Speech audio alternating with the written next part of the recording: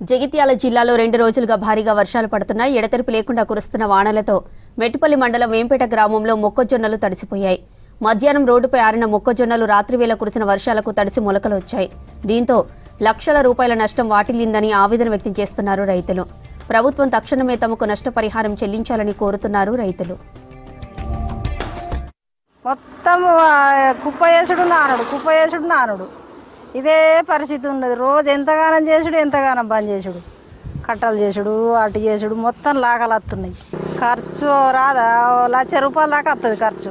మొలకాయ మొలిచిన నుంచి పెట్టినవి 1,00,000 రూపాయలకు ఎక్కనైతాయి. నేను ఒక 3 ఎకరాలు మొక్కజొన్న వేసిన. మినిమం ఒక ఎకరాన 25 నుంచి 30 వేల ఖర్చు వచ్చింది. 4 ట్రాక్టర్ల మొక్కలు 2 రోజులలో చేతులకు వచ్చేటి. రోజు వర్షం పడడం వల్ల ఇక లాకలు వచ్చినాయి, ఎందుకు పనికి రాకుండా అయినాయి.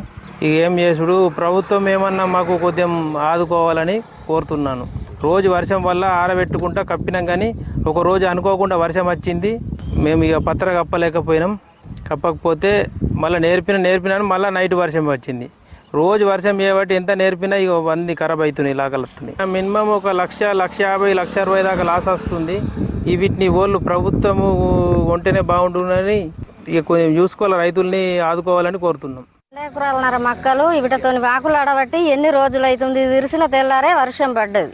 ఒక డబుల్ డోర్ సింగిల్ డోర్ వేయింది. అందులోనే లాకెళ్ళి వచ్చి కంకిని తీసేసి తతిమ్మది మంచి దగ్గర పట్టించుకొచ్చి ఇక్కడ అక్కడ 3 జాగాలు పోసుకుంటూ వలుపుకుంటూ వచ్చినాం. ఇప్పుడు పరిష్కారం ఏమి చేస్తారో చెయ్యండి. ఇక ప్రతిరోజు ఈ రోజు లేదు అన్నది లేదు.